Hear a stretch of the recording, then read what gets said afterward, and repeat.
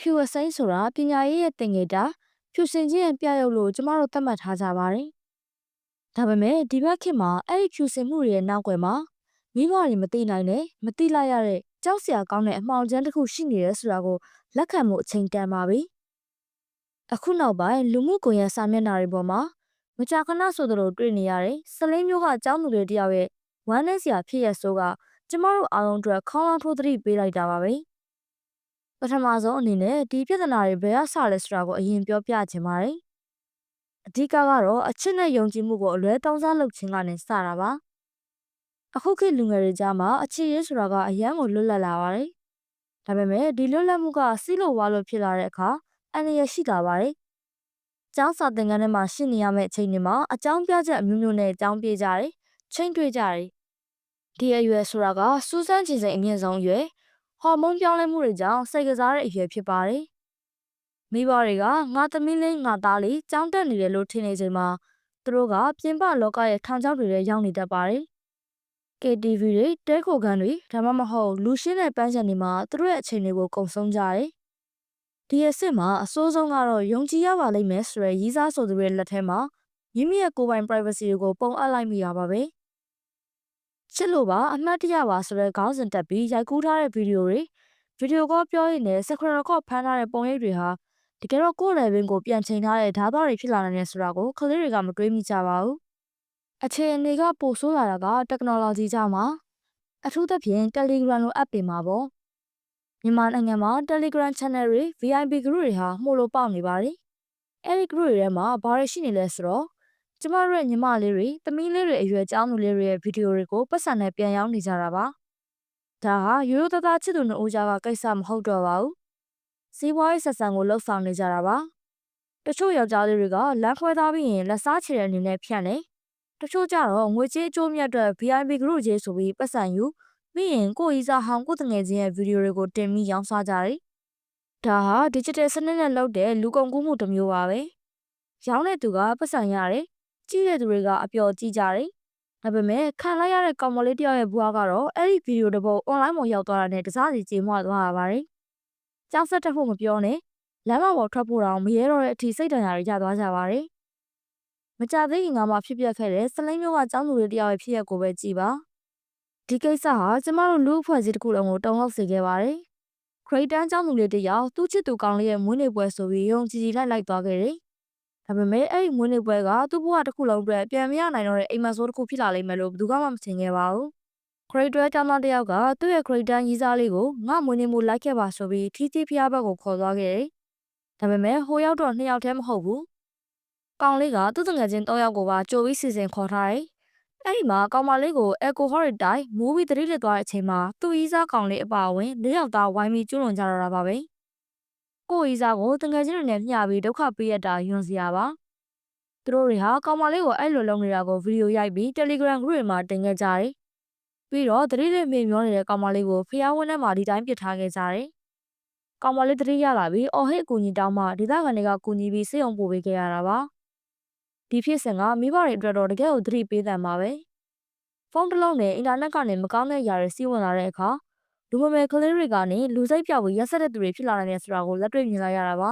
။ကျူးလွန်ခံရသူကလည်းတာမန်ကျောင်းသူလေးပါပဲ။ဒါပေမဲ့ယုံကြည်မှုတစ်ခုလဲမှားသွားတဲ့အခါသူ့ရဲ့ဂုဏ်သိက္ခာကိုပျက်စီးအောင်လူသိရှင်ကြားဆိုက်ပြခံလိုက်ရတဲ့အခါသူခံစားခဲ့ရမယ့်ဖိအားကိုတွေးကြည့်ပေးကြပါ။ဒီညီမလေးဟာသူ့ရဲ့အမှားတစ်ခုရဲ့အတွက်နဲ့ပေးဆက်လိုက်ရတဲ့တန်ဖိုးကကြီးမားလွန်းပါတယ်။ပတ်ဝန်းကျင်ရဲ့ကဲ့ရဲ့ပြစ်တင်မှုမိသားစုရဲ့ဂုဏ်သိက္ခာပြီးတော့ကိုယ်တိုင်ခံစားရတဲ့ရှက်ရွံ့မှုတွေကခလေးတယောက်ရဲ့ပခုံးပေါ်မှာထမ်းထားနိုင်တဲ့ဝန်တော့ဝင်မှုမဟုတ်ပါဘူး။ဗီဒီယိုပြန့်သွားတဲ့အခါလူတွေကရှဲကြတယ်ဝေဖန်ကြတယ်ပြောင်လောင်ကြတယ်။ဒါပေမဲ့အဲ့ဒီဗီဒီယိုတွေကခလေးမလေးဟာကိုယ့်ရဲ့ညီမကိုယ့်ရဲ့သမီးသားဖြစ်ခဲ့မယ်ဆိုရင်ရောကျမတို့ဒီလိုပဲနေကြမလား။ဒီကလေးတွေဟာရာဇဝတ်သားတွေမဟုတ်ပါဘူး။သူတို့ဟာယုံကြည်မှုအလွဲသုံးစားလုပ်ခံရတဲ့သားကောင်တွေသာဖြစ်ပါတယ်။ဒါပေမဲ့ဝမ်းနည်းစရာကောင်းတာကတားအောင်ဖြစ်တဲ့သူကပဲမျက်နှာဖုံးပြီးပုံနေရချိန်မှာတရားခံတွေကတော့လွတ်မြောက်နေစေပဲဖြစ်ပါတယ်။ဒီလိုအဖြစ်ဆိုးတွေမကြုံရအောင်ကာကွယ်ကြဖို့လိုပါတယ်။ပထမဆုံးမိဘတွေကိုမေတ္တာရက်ခံကြပါတယ်။အခုခေတ်ကလေးတွေကိုထိန်းရတာခက်တယ်ဆိုတာနားလည်ပါတယ်။ဒါပေမဲ့ကလေးပဲသွားလဲဘယ်သူနဲ့ပေါင်းလဲသိအောင်လုပ်ပါ။အရန်တင်းကျပ်လို့ရင်တော့ကလေးကလိန်ပြောပြီးထွက်ပါလိမ့်မယ်။သူတို့တငယ်ချင်းတို့ပေါင်းတင်ပါ။နောက်ပြီးတော့ digital ပစ္စည်းတွေနဲ့သက်ဆိုင်တဲ့ပညာပေးပါ ခလေးလက်ထဲဖုန်းရောက်တာနဲ့ကဘာကြီးတစ်ခုလုံးရောက်သွားတာပါအင်တာနက်ပေါ်မှာဘယ်အရာမှလျှို့ဝှက်ချက်မရှိဘူးဆိုတာရေ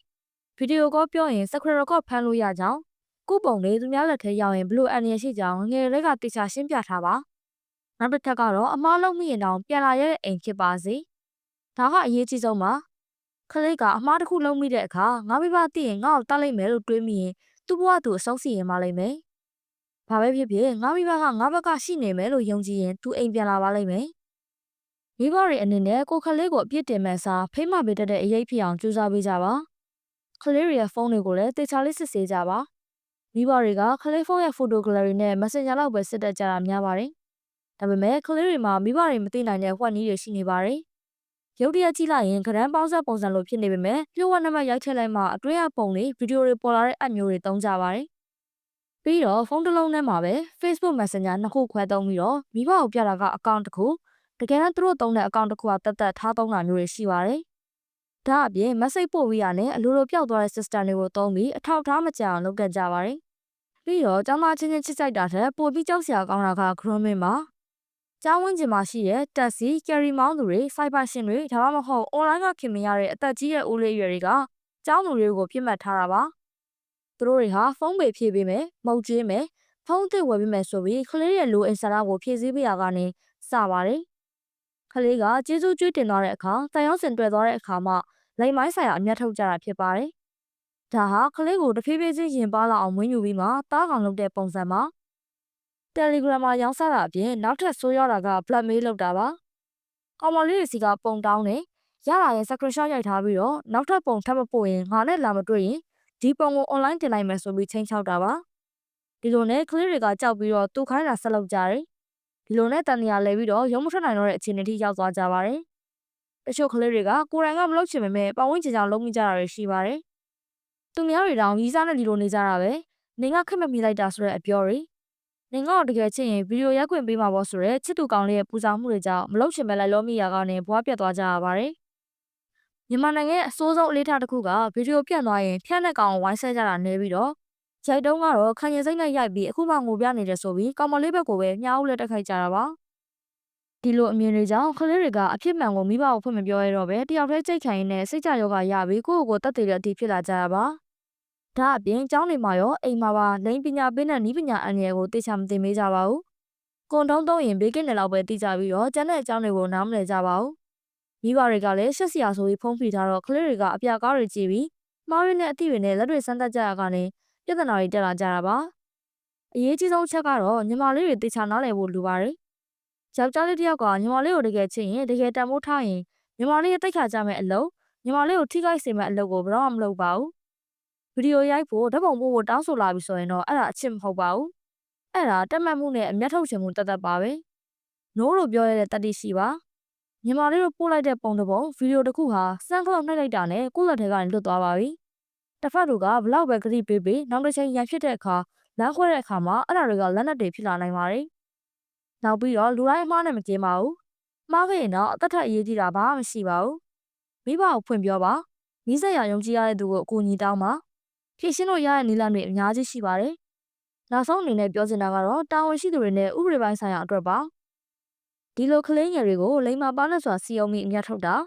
ဗီဒီယိုရိုက်ကူးပြီးတော့ Telegram group တွေမှာဖြန့်ချီရောင်းချတာတွေဟာတာမန်ရာဇဝတ်မှုမဟုတ်ပါဘူး။ဒါဟာလူတစ်ယောက်ရဲ့အနာဂတ်ကိုတပ်ဖြတ်တဲ့လူတက်မှုမြောက်တဲ့လုပ်ရက်တွေပါ။ဒါကြောင့်ဒီလိုကျောင်းသားအရွယ်ကလေးငယ်တွေအပေါ်အမြတ်ထုတ်တဲ့သူတွေဗီဒီယိုဖြန့်တဲ့သူတွေကိုနောက်ဘယ်သူမှမလုပ်ရလောက်အောင်ကြီးလေးတဲ့ထောင်ဒဏ်တွေပြစ်ဒဏ်တွေချမှတ်ဖို့လိုအပ်နေပါပြီ။ Cyber crime ဥပဒေတွေမျိုးသမီးကာကွယ်ရေးဥပဒေတွေကိုဒီထက်ပိုပြီးထိထိရောက်ကိုင်တွယ်ပေးကြဖို့လိုနေပြီဖြစ်ပါတယ်။ဆလင်းကညီမလေးရဲ့ဖြစ်ရမျိုးနောက်ထပ်မရှိသင့်တော့ပါဘူး။အားလုံးပဲကိုယ့်ဘဝဝင်ခြင်းကအဖြူစိမ်းလေးတွေကိုဝိုင်းဝန်းဆောက်ရှောက်ပေးကြပါလို့တိုက်တွန်းချင်ပါတယ်။